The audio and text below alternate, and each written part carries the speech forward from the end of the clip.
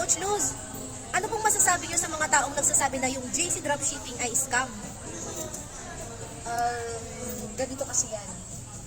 Ang nakita ko rin kasi dati, kasi syempre takot tayo ma-scam, no? Dahil na-scam na kasi ako, no?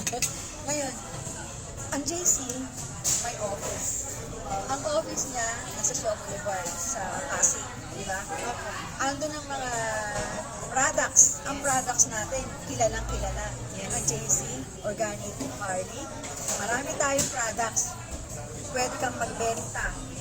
Tulad nga na sinabi ko, pwede magbenta ka ng online, pwede sa retail, pwede may community franchise. Lahat doon kikita ka na.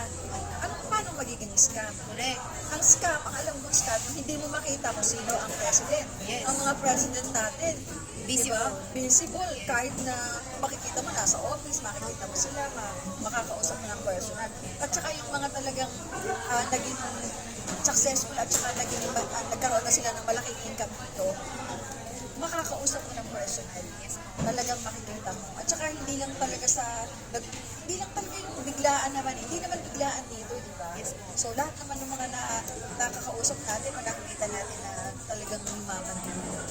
Talagang nag-start din naman sila sinundan lang din nila yung system. Meron na kasi, yung proven system na talagang ituturo na lang sa atin. Susundan mo na lang. Susundan mo na lang. Kaya company, hindi lang sa Pilipinas.